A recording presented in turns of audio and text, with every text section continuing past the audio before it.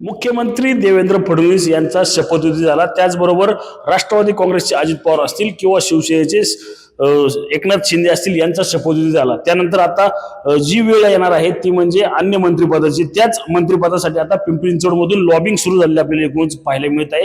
याच संदर्भात बोलण्यासाठी आपल्यासोबत भाजपचे काही पदाधिकारी आहेत. सर, काय सांगाल, काय नक्की तुमची मागणी? पिंपरी चिंचवड शहरामध्ये लोकसभेला तिन्ही विधानसभा मतदारसंघामध्ये चांगल्या प्रकारची आघाडी मिळाली. त्यानंतर विधानसभेला तिन्ही विधानसभा मतदारसंघामध्ये घवघवीत यश ही झालं. त्यानंतर होऊ घातलेल्या पिंपरी चिंचवड महापालिकेच्या निवडणुकीसाठी पिंपरी चिंचवड शहराला कधीही मंत्रिपद मिळालं नाही. ते पिंपरी चिंचवड शहराला मंत्रिपद मिळावं अशी तमाम कार्यकर्त्याची इच्छा आहे.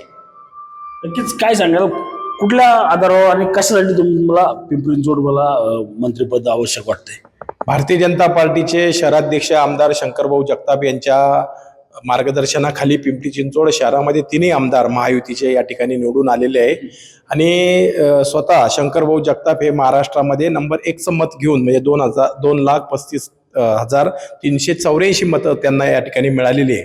आणि एकूण जे नियोजन आमचं होतं, कार्यकर्त्यांना जे टार्गेट त्यांनी दिलेलं होतं 51% प्रत्येक बूथवरती आपण मतं आणायची, त्या 51%पेक्षाही कार्यकर्त्यांनी मोठी मजल मारून चिंचवड विधानसभा मतदारसंघामध्ये 61% सरासरी मतदान त्या ठिकाणी मिळालेलं आहे. भोसरी विधानसभा मतदारसंघामध्ये 58% सरासरी बूथवरती मतदान पडलेलं आहे. आणि पिंपरी विधानसभा मतदारसंघामध्ये 53% सरासरी मतदान मिळालेलं आहे. त्यामुळे कार्यकर्त्यांची मेहनत आणि कार्यकर्त्यांनी पुढे येऊन जे बूथ स्तरापर्यंत सूक्ष्म असं नियोजन केलेलं होतं, त्यामुळे या तिन्ही मतदारसंघामध्ये चांगली मतं महायुतीच्या उमेदवारांना मिळाली. त्यातल्या त्यात भारतीय जनता पार्टीच्या दोन्ही आमदारांची मतं जर एकत्र केली तर मला वाटतं कुठल्याही शहरामध्ये एवढ्या मोठ्या प्रमाणाचं मतदान हे भारतीय जनता पार्टीच्या उमेदवाराला नसेल असं या ठिकाणी वाटतं. आणि साहजिक कार्यकर्त्यांचा त्या ठिकाणी आमच्यासारख्या पदाधिकाऱ्यांच्याकडे रेटा आहे की येऊ घातलेल्या महानगरपालिकेच्या दृष्टीनं आपल्या शहराला मंत्रिपद हे मिळालं पाहिजे. नक्कीच आपण पाहिलं तर पिंपरी चिंचवड महानगरपालिका निवडणूक डोळ्यासमोर ठेवून पिंपरी चिंचवडमध्ये एक मंत्रिपद द्यावे अशी मागणी जी आहे भाजपच्या पदाधिकाऱ्यांकडून होताना आपल्याला एकूणच पाहायला मिळत आहे.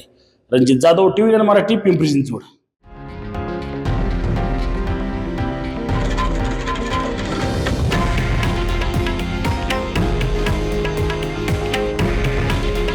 हे आहे देशातील नंबर 1 न्यूज नेटवर्क आणि आपण पाहत आहात TV9 मराठी. काळजी तुमची, हित महाराष्ट्राचं.